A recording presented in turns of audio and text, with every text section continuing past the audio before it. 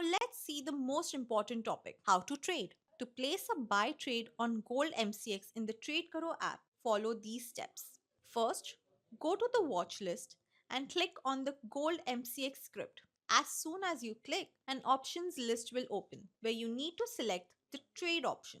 After selecting the trade option, the trade window will open. In the trade window, in the amount section, type the number of lots you want to trade. Once you type the amount, the required margin details will be displayed.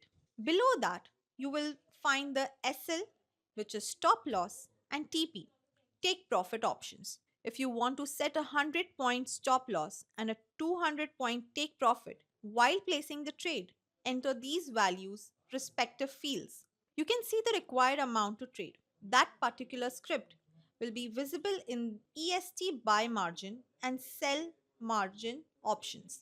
After the trade is executed, to check your profit loss, go to the deals section in the Tradekaro app. In the deals section, you will see all your open positions.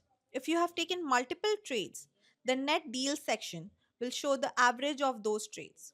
Click on your current open positions in the deals section. Select the close deal option and confirm it. Once the trade is closed, it will be removed from the deals section.